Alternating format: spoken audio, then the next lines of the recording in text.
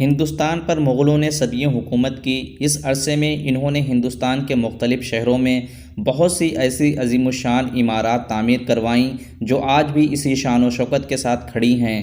لاہور، دہلی، آگرہ اور ہند و پاک کے کئی تاریخی شہروں میں مغلیہ طرز تعمیر کے یہ شاہکار نمونے آج دنیا بھر میں نہ صرف اپنی ایک الگ پہچان رکھتے ہیں بلکہ انہی میں سے ایک پرشکوہ عمارت یعنی تاج محل کو دنیا کے جدید 7 عجوبوں میں شمار کیا جاتا ہے۔ دوستوں، تاج محل کس نے، کب اور کیوں اور کیسے تعمیر کیا؟ کیا یہ واقعی کسی کی یادگار محبت کی نشانی ہے؟ تاج محل پر کتنے اخراجات آئے؟ آج کے دور میں اس کی کیا اہمیت ہے؟ یہ سب آپ جانیں گے آج کی ہماری اس ویڈیو میں۔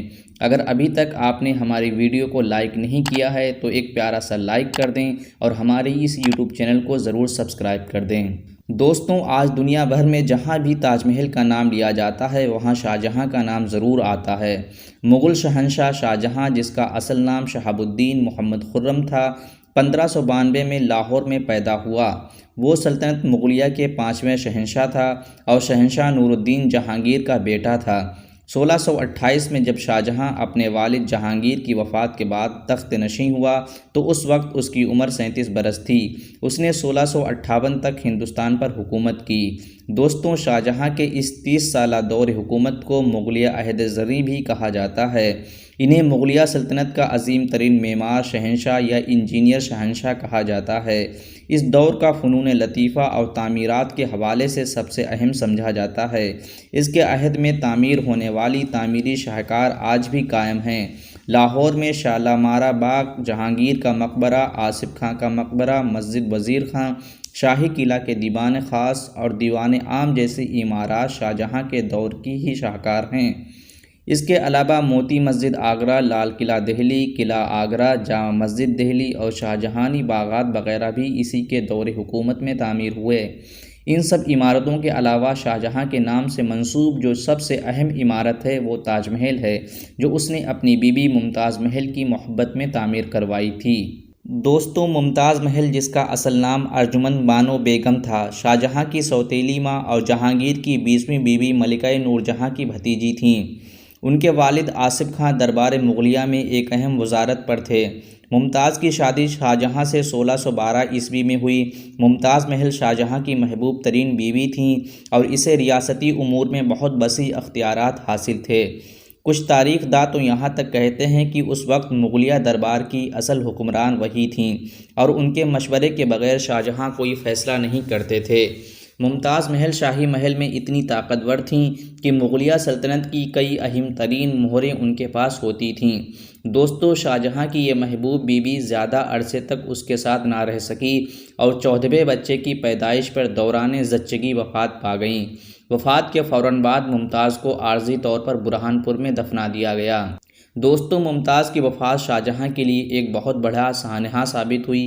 کہا جاتا ہے کہ انہوں نے اپنی محبوب بیوی کی جدائی کے غم کی وجہ سے ریاستی امور میں دلچسپی لینا چھوڑ دی تھی، موسیقی سے دور ہو گئے، بال چند دنوں میں سفید ہو گئے اور ہر طرح کی تقریبات منسوخ کر دی گئیں۔ لیکن دوستوں، دلچسپ بات یہ ہے کہ شاہجہاں نے اپنی زندگی میں 3 شادیاں کی تھیں۔ پہلی شادی قندھاری بیگم سے ہوئی۔ ممتاز محل اس کی دوسری بیوی تھیں، جبکہ اس نے ایک اور شادی ممتاز محل کی وفات کے 4 سال بعد یعنی جہاں افروز نامی خاتون سے کی۔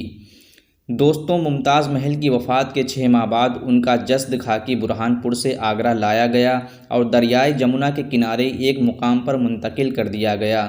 یہ زمین ایک مہاراجہ کی ملکیت تھی۔ شاہجہاں نے مہاراجہ کو ایک خوبصورت حویلی تحفے میں دی اور اس کے بدلے میں یہ زمین لے لی اور اسی جگہ پر تاج محل کی تعمیر شروع کروا دی۔ تاج محل کی باقاعدہ تعمیر کا آغاز 1631 میں ہوا۔ اس کا بنیادی اسٹرکچر 1648 میں مکمل ہوا، تاہم مزید چند سال تک اس کا نقش و نگار، تزئین و آرائش اور فنیشنگ کا کام ہوتا رہا۔ اس عظیم الشان محل کو مکمل تیار ہونے میں تقریباً 22 سال کا عرصہ لگا۔ دوستوں، مسجد اور مہمان خانے کے علاوہ جو مرکزی عمارت اس احاطے میں موجود ہے وہ ممتاز محل اور شاہجہاں کا مقبرہ ہے، جسے تاج محل کہا جاتا ہے۔ تاج محل کی عمارت مختلف تہذیبوں کے طرز تعمیر کا حسین امتزاج ہے۔ اس میں فارسی، ترکی، ہندوستانی اور اسلامی طرز تعمیر سب کی جھلک نظر آتی ہے۔ دوستوں، اندازے کے مطابق تاج محل کی تعمیر میں کروڑوں روپے کی رقم صرف ہوئی۔ اس رقم کو اگر آج کے حساب سے دیکھا جائے تو یہ اربوں روپے بنتی ہے۔ اس کی تعمیر میں اس وقت تقریباً 20,000 مزدوروں اور 20,000 ہنرمندوں نے کام کیا۔ تاج محل میں جن پتھروں کا استعمال کیا گیا ان میں سفید سنگ مرمر راجستھان سے لایا گیا تھا، جبکہ دیگر 28 قسم کے رنگ برنگے قیمتی پتھر دنیا کے کئی دوسرے ملکوں سے منگوائے گئے۔ ان ملکوں میں تبت، اٹلی، مصر، افغانستان، سری لنکا وغیرہ شامل ہیں۔ تاج محل میں جیومیٹری اور حساب کے قوانین کے لحاظ سے اس قدر پرفیکٹ ہے کہ دیکھنے والا حیرت زدہ رہ جاتا ہے۔ ہر دور کے ماہرین تعمیرات نے تاج محل کو مغل طرز تعمیر کا عمدہ نمونہ مانا ہے۔